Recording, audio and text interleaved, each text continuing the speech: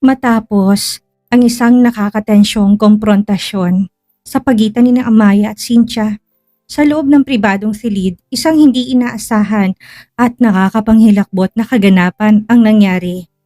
Pumutok ang ulo ni Cynthia bago pa man niya ganap na maihayag kung kanino talaga naroon ang nawawalang chip. Dahil dito, agad na kumilos si Marlon upang tapusin ang kasamaan at ang mga traidor sa kanyang paligid. Sa kabila ng panganib sa Pier 2, nagtagumpay si Marlon na mabawi ang mahalagang human microchip na nakatago pala sa katawan ni Cynthia. Maging hudyat na ba ito ng katahimikan para sa kanilang pamilya o may panibagong bagyo na darating? Alamin ang lahat ng yan sa nakakapanabik na episode na ito.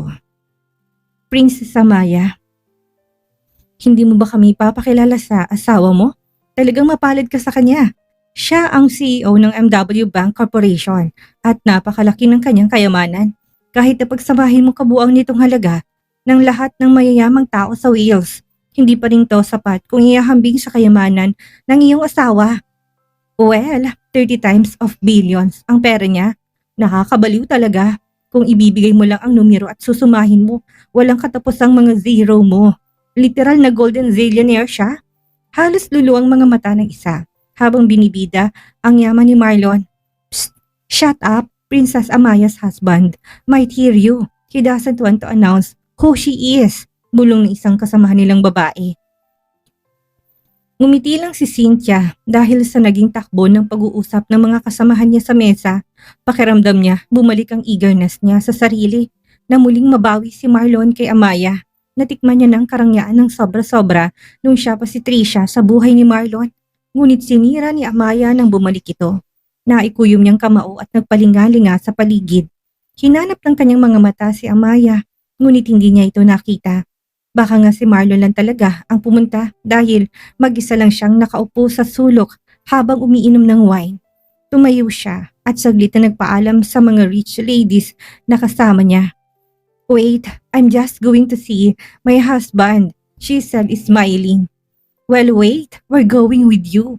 We want to meet him. My goodness, your husband is gorgeous. I will be great, even if he simply shakes my hand. Kinikilig na wika ng mga kasamahan niya, bagay na ikinatutuwa niya dahil halata ang inggit ng mga ito sa kanya. Bukod sa sobrang yaman ni Marlon, siya talagang ideal man ng mga kababaihan. Mula sa mga makapal na kilay nito, na perpektong pagkakahulma sa mga mata nitong kapag tumitig feeling mo matutunaw ka na. Kahit sa mga labi nito na normal ang pagkapula at kay sarap halikan. Pakiramdam ni Cynthia, ni-imagine ulit niya ang mga araw na kasama niya ito na lagi itong may oras sa kanya sa pag-aakalang siya si Amaya. Nagkaroon siya ng karanasan na mahalikan ito at mahawakan. Ngunit nakakainis lang dahil sinira lahat yon ni Amaya. Inagaw niya noon si Zoren kay Amaya. Ngunit si Marlon hindi niya magawang mapaibig sa kanya. Bumalik siya sa kanyang sistema nang mapansin na malapit na siya kay Marlon. Love, nandito ka pala. Bakit hindi mo malang sinabi sa akin na pupunta ka? Sana sumabay na lang ako sa'yo. Malanding wika ni Cynthia. Sabay halik sa pisngi ni Marlon, bagay ni kinagulat nito. Umangat ang mukha si Marlon at ganun na lang ang pagtitimpi ng galit niya. Nang makitang kamukha ni Amaya, nabilis siyang tumingin sa gawin ng asawa niya at nakita niya itong matalim ang mga tingin na ipinukul sa kanya. Malamang hindi na naman niya alam mamaya kung paano mag-explain dahil hinayaan niyang halikan siya ni Cynthia. Nagkasalubong ang kilay niya na tinignan ang mga kasamahan nitong babae. Akmang uupo na si Cynthia sa tabi ni Marlon nang biglang may pumagitna sa kanilang dalawa. Dahilan upang muntik na siyang matumba. Hello, Mr. Whitman. How long have you been here? Tanong ni Amaya at sinadyang ibahin ng kanyang boses. Binigyan niya ng mapusok na halik si Marlon at gumanti naman ito. He put his arm around her middle and muttered something in her ear. Wife, akala ko ba magpapanggap tayo hindi tayo magkakilala? Nakangising tanong ni Marlon na sila lang ang nakakarinig. Love, you can tell that at home because you are going to sleep outside the room. Don't be too excited. Pabulong na sagot ni Amaya dahilan upang mapabilis ang kaninang ngiti sa labi ni Marlon. Yeah, I'm just waiting for you. Where do you want to talk? Here or in my private place? Sagot ni Marlon. Pinipilit maging normal ang pananalita niya. Shit, mura niya sa sarili. Hindi niya alam kung ano pang itong kadramahan ng asawa niya. Pwede naman nilang hulihin na si Cynthia ngayon para matapos na kaagad ang kadramahan nila. Ngunit alam niyang umiiwas lang si Amaya ng iskandalo dahil nakasalalay din ditong imahe ng palasyo. Can we just talk in your private place? It's too noisy here. Let's take your wife with us. She might accuse me of taking you away from her. Sagot ni Amaya sa bibaling ng tingin kay Cynthia na nakangiti. Even if you don't say so, Miss Dina, I will absolutely accompany my husband. He's so wealthy that many women want him. And I know you're one of them, she added after looking at her face. Moreover, it appears like he just replicated my step face. Nakaka-insulto mga tingin nito sa kanya. Oh, why do you say that? Nakangiting tanong niya. Tila nag-isip naman muna si Cynthia kung sasabihin bang tungkol sa kanya dahil alam niyang nandyan si Marlon. Ayaw niyang makahalata ito na hindi nga siya si Amaya. Well, she looks like you and we've actually been looking for her for quite some time. Isn't it, love? Sabay pulupot ng kamay nito sa braso ni Marlon. Lihim namang naningkit ang mga mata ni Amaya habang nakatingin kay Marlon. Really? Don't worry. You will see her later. So let's go? Wika ni Amaya. Pilit pinipigilan ang panggigigil niya kay Cynthia. Pakiramdam ni Cynthia, may ibang gustong ipahiwatig ang mga salita ni Amaya at hindi niya nagustuhan ito. Ngunit nang makatakas sa kahiyan ng mga kasamahan niyang rich ladies, hindi na siya nagdalawang isip na sumama kay Marlon. Girls, wait. I'll be back. We'll just talk about something. Paalam ni Cynthia sa mga kaibigan. Parang gustong matawa ni Amaya dahil nahulog sa bitag niya si Cynthia. Naunang naglakad si Marlon habang nanatili pa rin nakapulupot ang mga kamay ni Cynthia sa braso niya. Gusto niya na itong tadyakan ngunit nagtitimpilan talaga siya. Baka masira ang plano ng asawa niya. Paglabas ng venue, agad na pumasok si Marlon at Cynthia sa kotse. Samantalang si Amaya naman sa kabilang kotse sumakay na kasalukuyang si Soliel ang nagdadrive papuntang doon. Bago sumakay sa driver's seat, nagpadala na muna ng mensahe si Marlon kay Soliel. Be careful with my wife and remember, she's my wife. Napangiwi si Soliel matapos basahin ang mensahe ng boss niya. Pinagseselosan ba siya nito? Oo, magandang asawa niya pero wala siyang plano na agawin ito.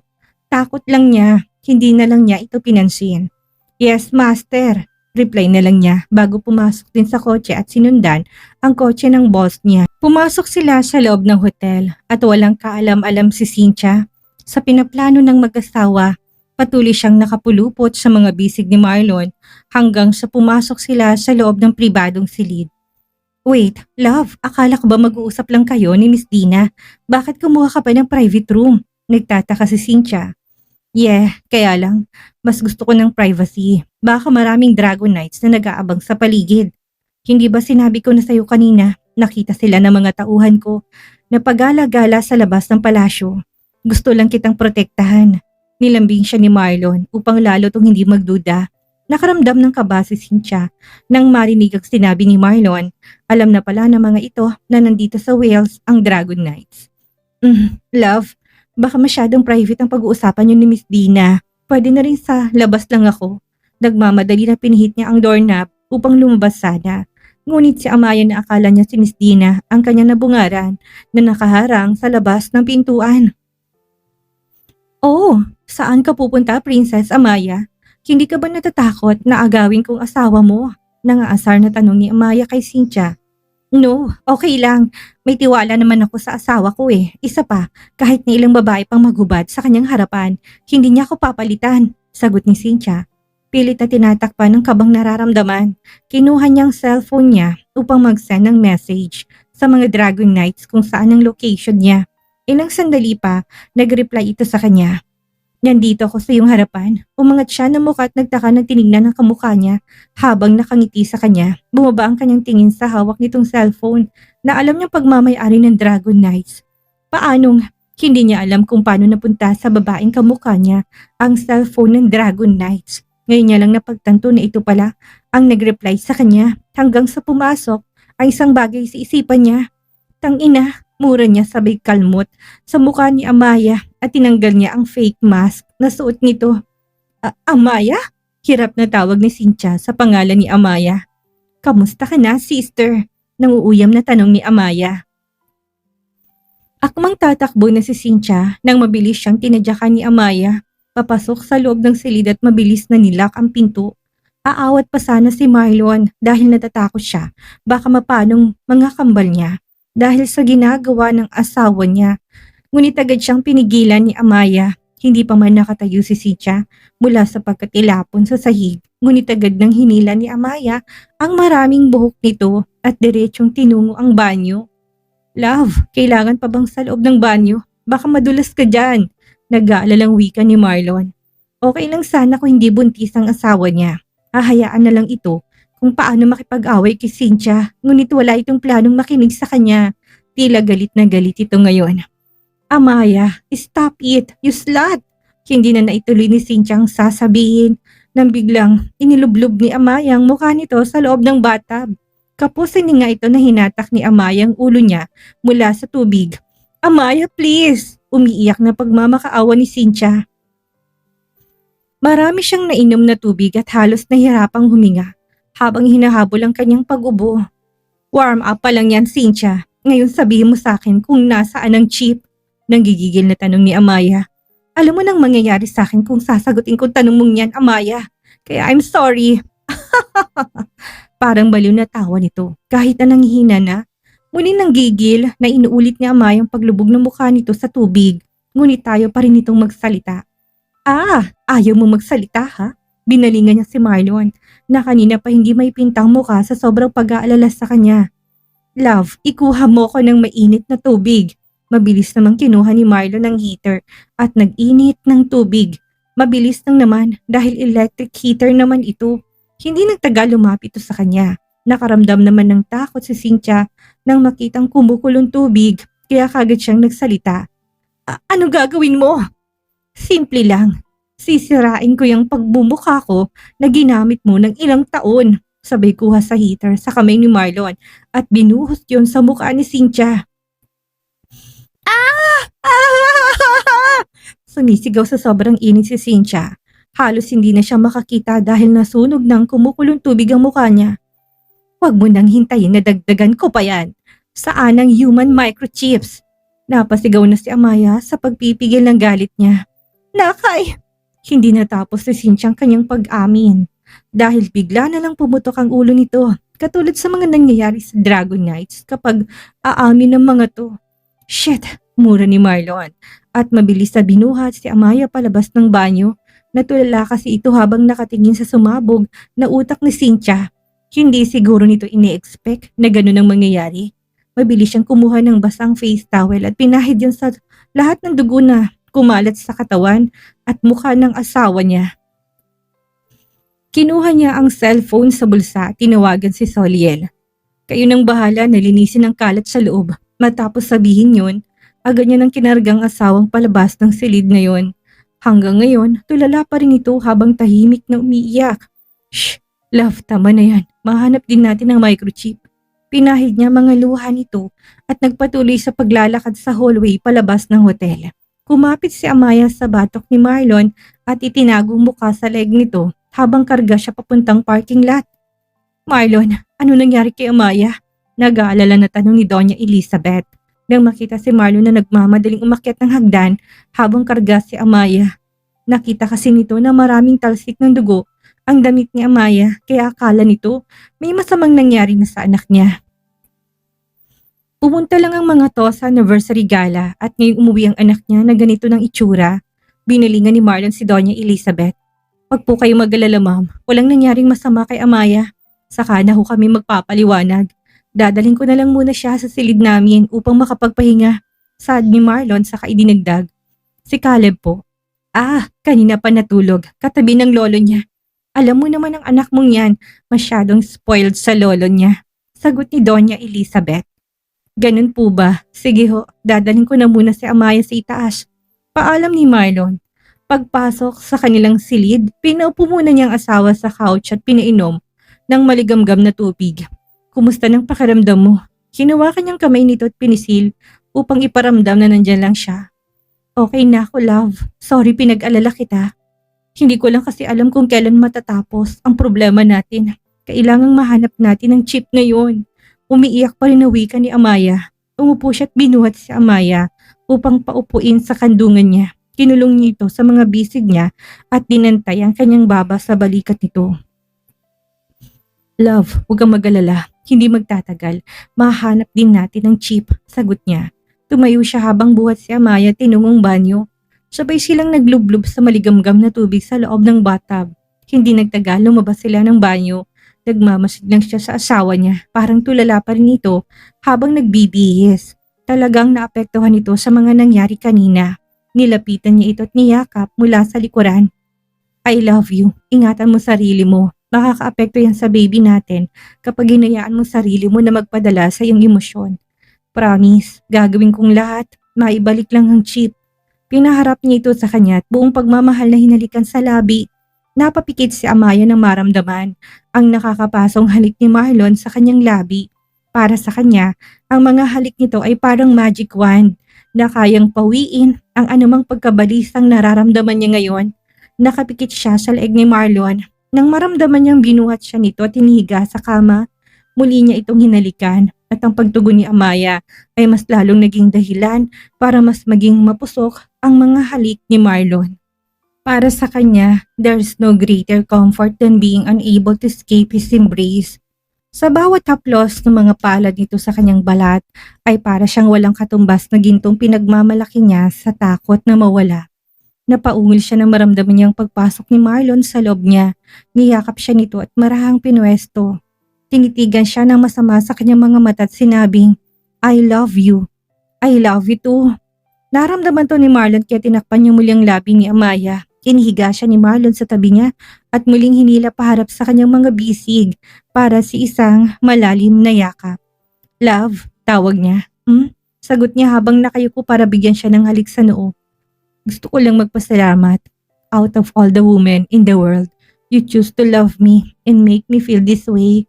Ngumisi si Marlon at marahang hinaplos ang pisngi niya. Dapat akong magpasalamat na hindi ka nagmahal ng iba maliban sa akin. Kaya't gagawin kong lahat ng aking makakaya upang makuha ang iyong pagmamahal. Makalipas ang 2 oras, matagal na tinitigan ni Marlon ng asawa habang mahimbing natutulog sa tabi niya. Maraming tumatakbo sa isipan niya. Kailangang may gawin siya at siya mismong personal na gagawa. Hindi na siya makapaghintay na matapos ang lahat ng ito. Hinilikan na muna niyang noon ng asawa at maingat na bumaba ng kama. Sinulyapan niya ang orasan. Past 12 midnight na pala. Muli niyang sinuot ang kanyang sleepwear. Robe at hinayaan na ang matipunong dibdib lang niyang nakikita. Kinuha niyang cellphone at nagtungo sa Terry sa labas lang ng silid nila. Akmang tatawag na siya na sakto naman na tumawag si Soliel. Master, nasundan na namin ng mga Dragon Knights na kumuha ng katawan ni Cynthia mula dun sa lugar na pinagtapunan namin sa kanya. Kasalukuyan kami nagmamasid dito sa lugar na pinagdala nila. Pagbibigay alam ni Soliel. Saang lugar yan? Sinong mga kasama mo? Tanong ni Marlon. Dito po sa Pierto ng West City. 2 lang kami ngayon ni Scarlet Blade at ang 20 tauhan natin mula sa Black Dragon at Black Lion. Sagot ni Soliel. Kamustang pagmamasid ninyo? Tanong ulit niya. Sa ngayon po, Master, nagmamasid kami sa nakadaong na barko na nagngangalang MV Maligaya. Hinala namin ipapadala nilang katawan ni Cynthia sa nasabing barko. Ngunit ipinagtataka namin, parang kanina pa nakaabang ang MV Maligaya sa pagdating ng Dragon Knights. Posible kayang alam na nila na mangyayari ito kay Cynthia? Napaisip si Marlon sa sinabi ni Soliel. May point naman talaga to. Posibleng parte si Cynthia ang ginawa nilang pain upang iisipin na wala sa kanya ang chip. Soliel, gawan mo ng paraan hindi nila madalang katawan ni Cynthia. Posibleng nasa katawan niya, nakalibing ang chip ngayon. Bakit kailangan pang barkong sumundo sa katawan nito? Siguraduhin mong hindi makakaalis ang barko. Papunta na ako dyan ngayon. Nagmamadaling pinatay ni Marlon ang kanyang cellphone at bumalik sa silid nila ni Amaya. Love, aalis muna ako. I love you. Paalam niya kay Amaya habang natutulog na to. Buong pagmamahal niyang hinalikan ng noo nito sa kainayos ang kumot nito sa katawan. Nagmamadali na siyang nagbihis at maingat na lumabas sa kanilang silid. 30 minutes ang biyahe niya bago siya nakarating sa Pierto ng West City. Dahil alauna ng madaling araw, madilim ang paligid. Tahimik at tanging hampas lang ng mga alon ng kanyang naririnig. Dito niya naisipan na ipark ang kotse sa likuran ng Fisheries Building upang hindi mahalatang pagdating niya. Dahan-dahan siya bumaba ng kotse at maging nagmamasid sa paligid. Kakaibang nararamdaman niya ngayon. Nagtataka siya kung bakit masyadong tahimik ang lugar. Kahit nasabihin pang alauna ng madaling araw, nakakapagtaka pa rin dahil pierto ito at nanditong Fisheries Landing Center. Ibig sabihin, daungan din ito ng mga mangingisda. At kapag madaling araw, natural lang dapat na may mga tao pa na nag-aabang sa pagdaong ng mga bagong huling isda. Ngunit ngayon, wala man lang katao-tao. Hinanda niyang sarili at ang baril. Walang tunog ang kanyang mga hakbang na tinungo ang pinagdaungan ng MV Maligaya. Hindi na muna siya lumapit. Nagkubli na muna siya sa haligi ng lumang building na hindi abot ng sinag ng ilaw mula sa poste. Kinuha niyang cellphone at tinext si Soliel. Soliel, kamusta dyan? Anong balita? Tanong ni Marlon. Boss, nandito kami sa loob ng barko. Agad na sagot nito na ipinagtataka niya.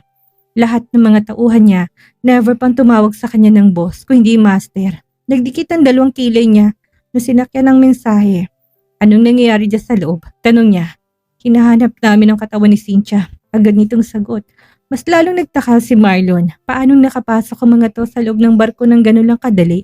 Kung maraming kalaban ang kanilang dapat salubungin bago sila makarating sa loob.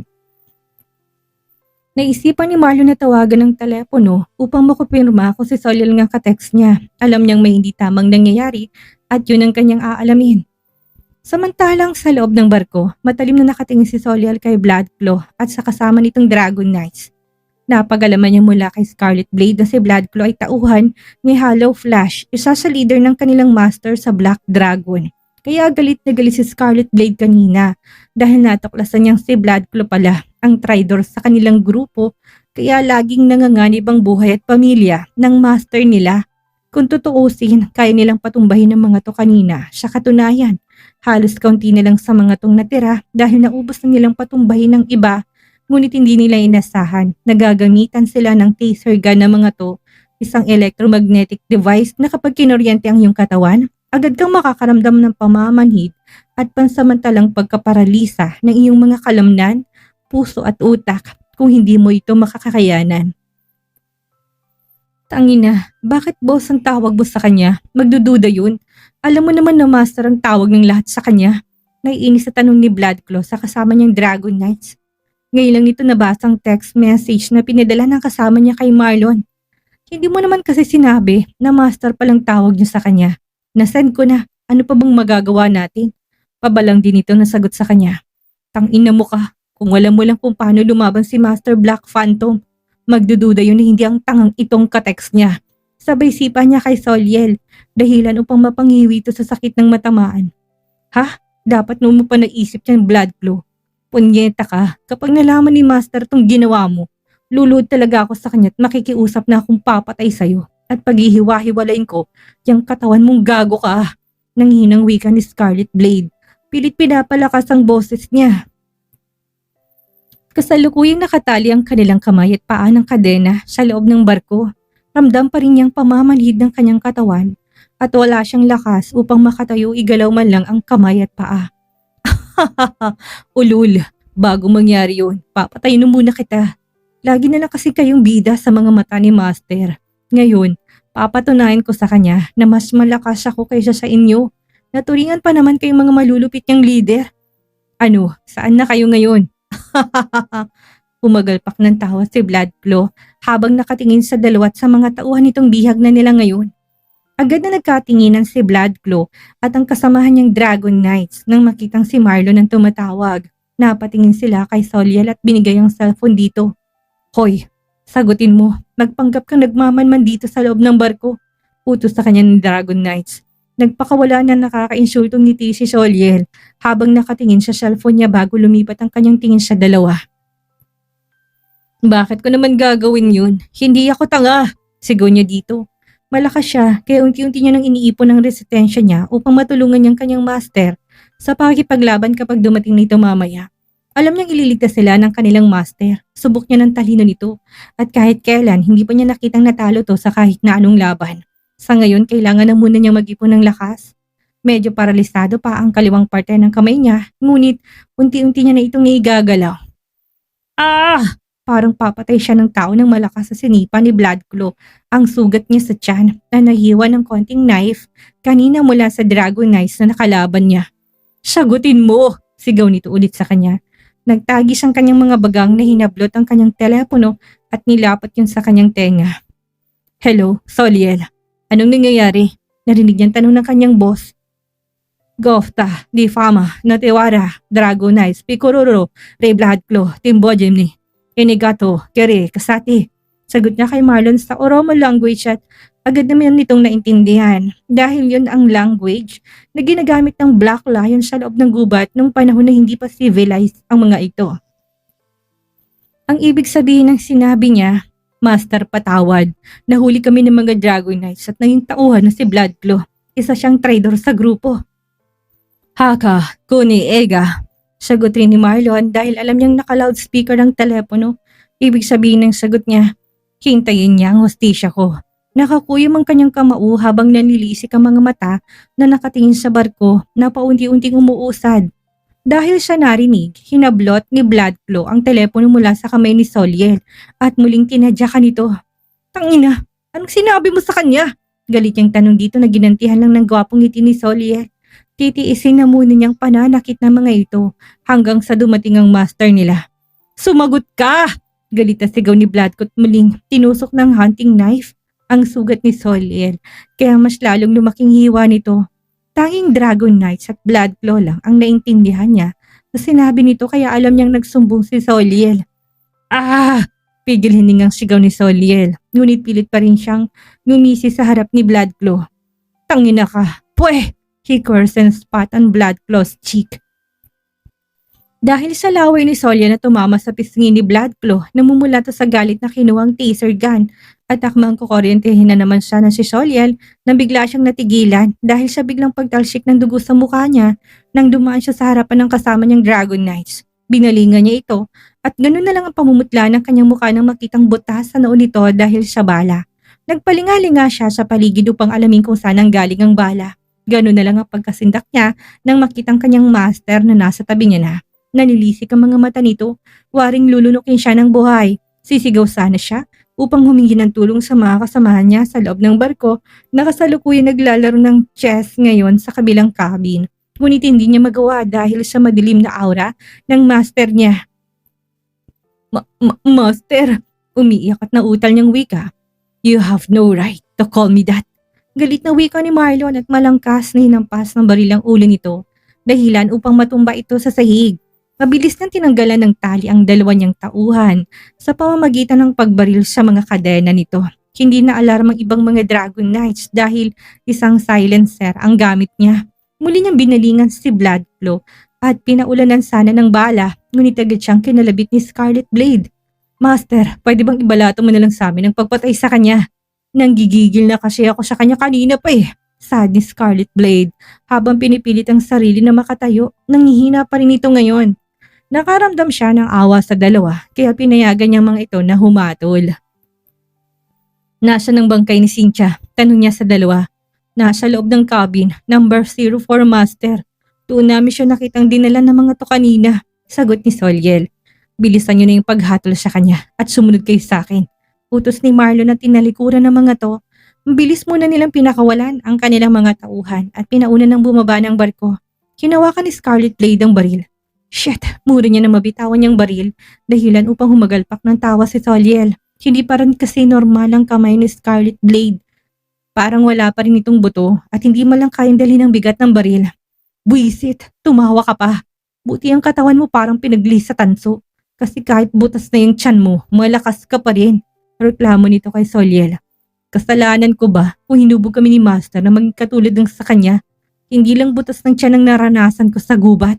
Sagot nito dahilan upang umawang ang labi ni Scarlet Blade. Akala nila nun sila ng pinakamalakas na warrior ng kanilang master. It turns out na may mas malakas pa pala kaysa sa kanila. Kung ganito kalakas si Soliel, paano pa kayang master nila? Hinawakan na lang ni Soliel ang kamay ni Scarlet Blade at pinahawak din ng baril dito. Sabay silang nakangising dalawa. Waring nababasa ng gustong gawin nila.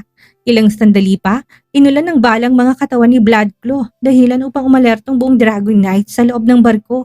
Patakbo nilang kinaroonan ng bihag. Ngunit wala ng mga to. Panin naman ang tawa ni Soliel at Scarlet Blade habang sinusundan ng master nila na ngayon ay pababa na ng barko. Hindi na natuloy sa pag-usad ang barko dahil inunang barilin ni Marlon kanina ang nagmamaneho nito.